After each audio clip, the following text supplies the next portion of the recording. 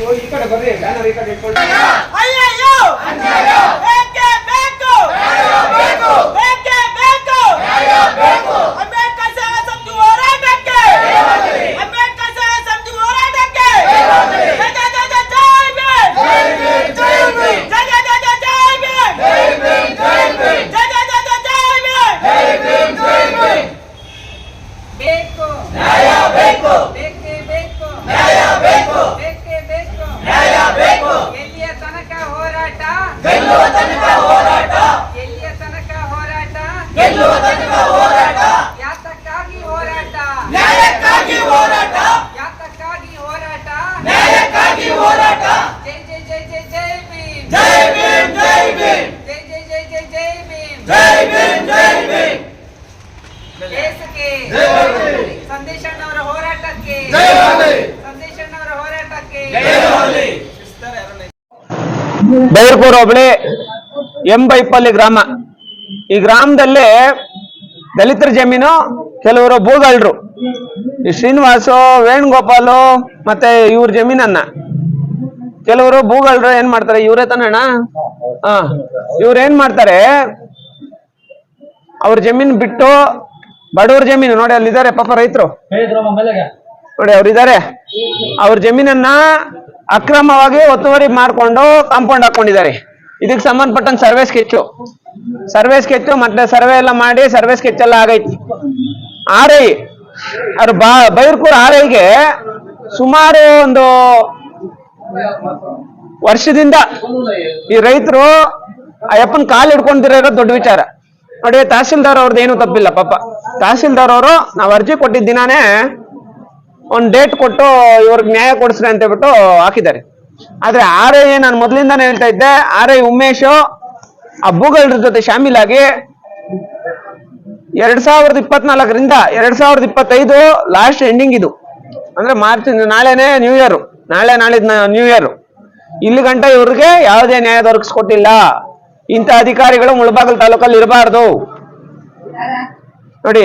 ಅರ್ಜಿಗಳು ನಾವು ಸುಮ್ನೆ ಹೇಳ್ತಾ ಇರೋದಲ್ಲಣ್ಣ. ನೋಡೋಣ, ಇಲ್ಲಿ ಡೇಟ್ ಐತೆ 27 5ನೇ ತಿಂಗಳದಿದು, 1ನೇ ತಿಂಗಳದ್ದು ನೋಡಲ್ಲಿ ಬರ್ತೈತೆ. ಇದು 7ನೇ ತಿಂಗಳದು, ಇದು 7ನೇ ತಿಂಗಳದು, ಇದು 11ನೇ ತಿಂಗಳದು. ಡೇಟ್ಗಳು ಕೊಡೋದು, ಡೇಟ್ಗಳು ಹಾಕ್ತಾನೆ ಅವ್ರೆ, ಆದ್ರೆ ಯಾವುದೇ ನ್ಯಾಯ ದೊರಕ್ತಾ ಇಲ್ಲ. ಅವರು ತಹಸೀಲ್ದಾರ್ ಅವ್ರು ಕೊಟ್ಟಿರೋ ಡೇಟ್ ದಿನ ಆರ್ಐ ಅವ್ರು ಅಲ್ಲಿಗೆ ಬರ್ತಾ ಇಲ್ಲ, ಯಾಕಂದ್ರೆ ಅವ್ರ ಜೊತೆ ಶಾಮೀಲಾಗಿರೋದು. ಮೊನ್ನೆ ರೀಸೆಂಟ್ ಆಗಿ ಸರ್ವೆ ನಡೆಸಿ ಸರ್ವೆನಲ್ಲಿ ಕೂಡ ಒತ್ತುವರಿ ಮಾಡ್ಕೊಂಡಿದ್ದಾರೆ ಅಂತ ರಿಪೋರ್ಟ್ ಕೊಟ್ಟಿದ್ದಾರೆ ಸರ್ವೇಯರ್. ಆದ್ರೆ ಈ ಭೂಗಳ್ರ ಮೇಲೆ ಯಾಕೆ ಇನ್ನ ಪ್ರಕರಣ ದಾಖಲಾಗಿಲ್ಲ, ಯಾಕೆ ಇವ್ರು ಇನ್ನ ಕೇಸ್ ಮಾಡಿಲ್ಲ? ಈಗ ಸರ್ವೆ ನಂಬರ್ ಡಾಕ್ಯುಮೆಂಟ್ಸ್ ಪ್ರತಿಯೊಂದು ಐತಲ್ಲ, ಇಲ್ಲ ಅವ್ರು ಕೊಟ್ಟಿರೋ ಅಂತ ಡಾಕ್ಯುಮೆಂಟ್ಸ್ ಬಣ, ಇಲ್ಲ ಅವರು ತಹಸೀಲ್ದಾರ್ ಅವ್ರು ಡೇಟ್ ಕೊಟ್ಟಿದಾರಲ್ಲ, ಇದೇ ಡೇಟ್ಗಳಿಗೆ ಯಾಕೆ ತಪ್ಪಿಸ್ಕೊಂತ ಇದಾರೆ ಆರ್ಐ? ಇದಕ್ಕೆ ಸಂಬಂಧಪಟ್ಟಂಗೆ ನಾವು ಸುಮಾರು ಸಲ ಬಂದು ಆರ್ಐನ ಮತ್ತೆ ತಹಸೀಲ್ದಾರ್ನ ಎಲ್ಲಾರನ್ನು ಕೇಳಿದೀವಿ. ಆದ್ರೆ ಯಾವುದೇ ಕಾರಣಕ್ಕೂ ಇಲ್ಲಿ ತನಕ ಆರ್ಐ ಇಂದ ಯಾವುದೇ ನ್ಯಾಯ ಬಡವ್ರಿಗೆ ದೊರಕಿಲ್ಲ. ಜೊತೆಗೆ ಬಾಲಯ್ಯನವ್ರ ಪಾಪ ಅವರು ಮಿಲಿಟರಿಯಲ್ಲಿ ಕೆಲಸ ಮಾಡೋದು, ಆರ್ಮಿನಲ್ಲಿ. ಅವ್ರ ಜಮೀನಿಗೆ ಸಂಬಂಧಪಟ್ಟಂಗೆ ಮಂಜೂರಾಗಿರೋ ಜಮೀನಲ್ಲಿ ಬೆಳೆನೂ ಬೆಳೀತಾ ಇದ್ದಾರೆ, ಎಲ್ಲ ಇದೆ.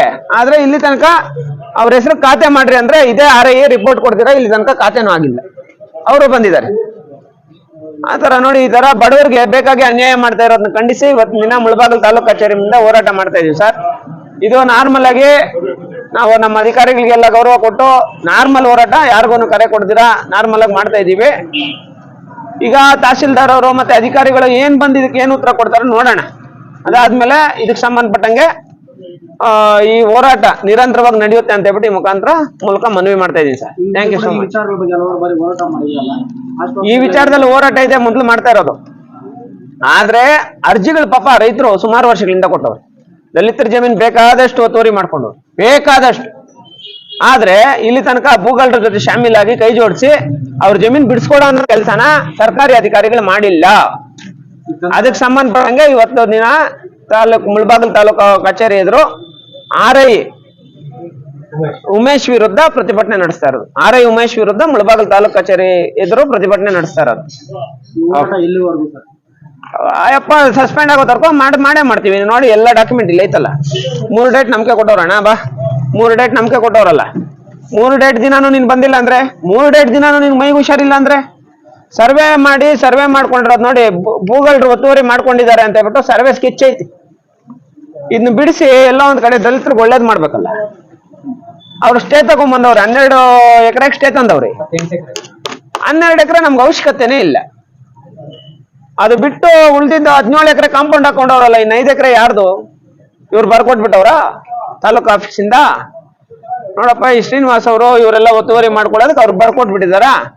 ಇದಕ್ಕೆ ಸಂಬಂಧಪಟ್ಟಂಗೆ ಹೋರಾಟ ಮಾಡ್ತಾ ಇರೋದಣ್ಣ, ನಿರಂತರವಾಗಿ ಸಾಕ್ತೈತಿ. Thank you.